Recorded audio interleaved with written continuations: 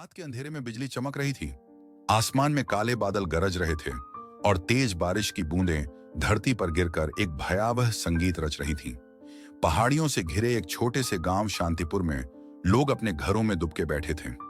लेकिन इस बार की बारिश आम बारिश नहीं थी।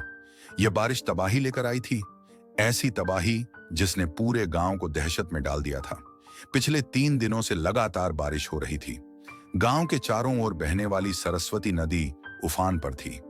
कई घरों की छतें टपकने लगी थीं और खेत पानी में डूब चुके थे। लेकिन इस विनाशकारी बारिश के बीच एक और खौफनाक बात हुई। गांव के एक व्यक्ति राम सिंह की लाश नदी के किनारे मिली। राम सिंह की मौत प्राकृतिक नहीं लग रही थी।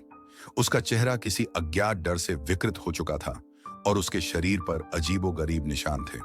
गांव के मुखिया रघुनाथ चौधरी ने इस घटना की सूचना पुलिस को देने का निर्णय लिया, लेकिन नेटवर्क खराब था और सड़कें पानी में डूब चुकी थीं। राम सिंह की मौत से पूरा गांव भयभीत था। तभी गांव के ही एक बुजुर्ग पंडित मोहनलाल ने कहा, यह कोई साधारण बारिश नहीं है, यह एक शाप है। वर्षों पहले हमारे पूर्वजों ने इस गांव में एक पवित्र स्थान पर अतिक्रमण किया था। शायद वही पाप अब हमें सजा के रूप में भुगतना पड़ रहा है। कुछ लोगों ने इसे अंधविश्वास माना, लेकिन गांव के युवा लड़के अजय और विक्रम को इस घटना में कुछ रहस्यमय नजर आया।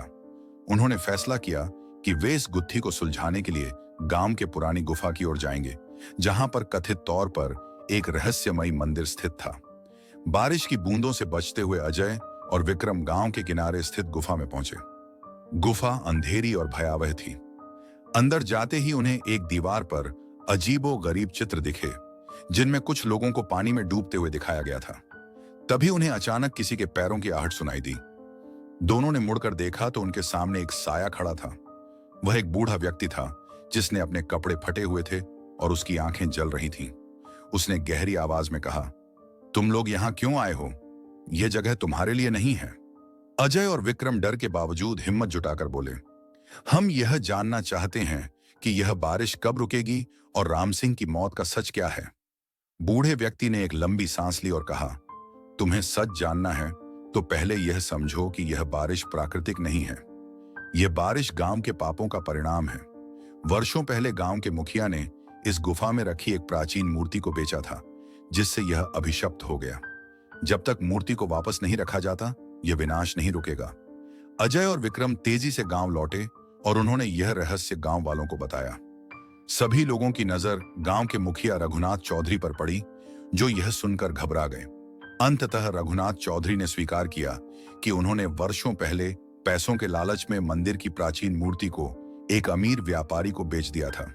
अब अगर मूर्ति वापस नहीं लाई गई तो बारिश से गांव पूरी तरह बर्बाद हो जाएगा। अजय, विक्रम और कुछ गांव वाले मूर्ति को वापस लाने के लिए शहर निकले।